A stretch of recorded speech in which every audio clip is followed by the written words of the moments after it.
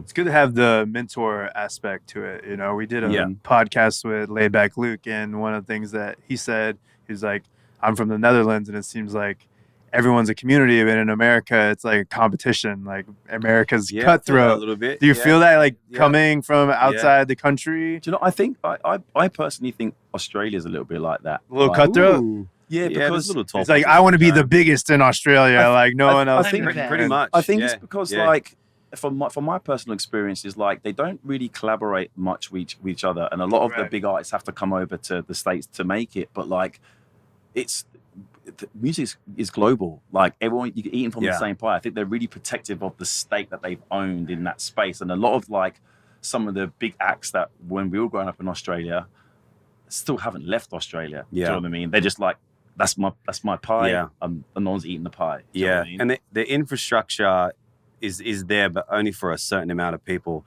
and the admin talent isn't quite there. You know, there's like the admin talent, like your managers and your booking. The administration. Personally, I don't see that there, as it's not as prevalent, or they're not as talented, in my opinion, as America. Like the pool isn't as big, so you usually have like a handful of people that are again selecting a handful of artists. Yeah, and again, the infrastructure is just not there. That. It's just like now, like in the UK and in Australia, with the recession and all that kind of stuff, or the impact, the global impact of money, a lot of festivals are closing. Some of the big Australia festivals have closed. Yeah, I've been reading articles about that. Like last year, there was like clubs every week in UK that were closing down, like every single week, and like all these big great festivals that have been running for 10+ years, just disappearing. Yeah. So how much do you think that? If you don't know, that's fine. But how much do you think that is like economic, just like the economy right now? Or how much do you think it's like new generation, people are addicted to their phones, people are drinking less, it's cultural? I think it's all one of the same. But for example, for in Australia at the time, because Australia is so far away from everywhere else, for international acts, it's so hard for us to come. They pay them almost like double, triple. And so what was happening? A lot of the talent buyers were just outbidding everybody. And so you saw maybe for the last 5-6 years, it would be the same people. It'd be Rudimental. It would be like Disclosure. It'd be all the same acts. Dizzy Rascal, all that coming over to play.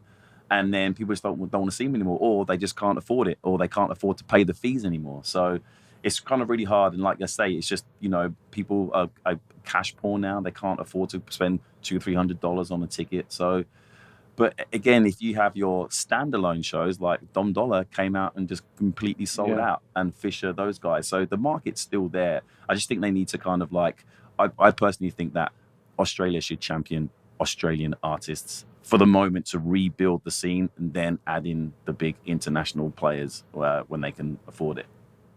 Yeah, I was talking to somebody that said it's like less of a EDM scene than like it was like maybe 5 I would 10 say years ago. you're starting to see a lot more hip hop and UK hip hop artists appear on the bills. I noticed that Park Live switched over to Listen Out, and I saw a lot more hip hop on the roster, which is a great thing. So I think hip hop and drill and stuff is still doing pretty well. But bands are kind of like non-existent anymore. Like we were talking about the other day about the Preachers in Australia. They were like a really great, band that were coming up, and you don't kind of see them anymore. But just bands in general, there's not many bands anymore. And Australia, a lot of the festivals was an equal balance of EDM and live music, like bands. Yeah. And sad to say, but I'm just going to be honest. I think Triple J still has a really it's the radio station. Yeah, I've heard this before. Like, monopoly on things. They control everything. Yeah, I do. Yeah, I do. And they don't really play EDM as much, or they do? So I think they have like a sort of weekend like show where it's more like club centric. But that seems to be like a lot of the game plan for a lot of those movers and shakers out there. Get popping on Triple J. But sometimes that can be to your detriment, because you get geo-locked, especially with Spotify. So if all your listeners are constantly always Australia, Spotify is just going to keep feeding that Australian audience. It's really hard to break out of that sometimes and get that new audience and start getting in different territories. Yeah. We always thought it was weird because, especially in the beginning, Australia was like always like our number one. I think it still is our number one. It still is, really? And we've never played there. You never played. It's like every time we try to make something happen, it's like because the flight is so far. Yeah. You get the plane tickets are so expensive. Yeah. Not enough shows. They'll be like, yeah, we can get you there for like 2 or 3 shows, but then it's like Spread out we over need like more. 3 weeks. Yeah. Yeah. It's You gotta pay hotels Yeah. and shit. Bummer. If you like that clip and want to see another one, click here. If you want to see the full podcast, click here.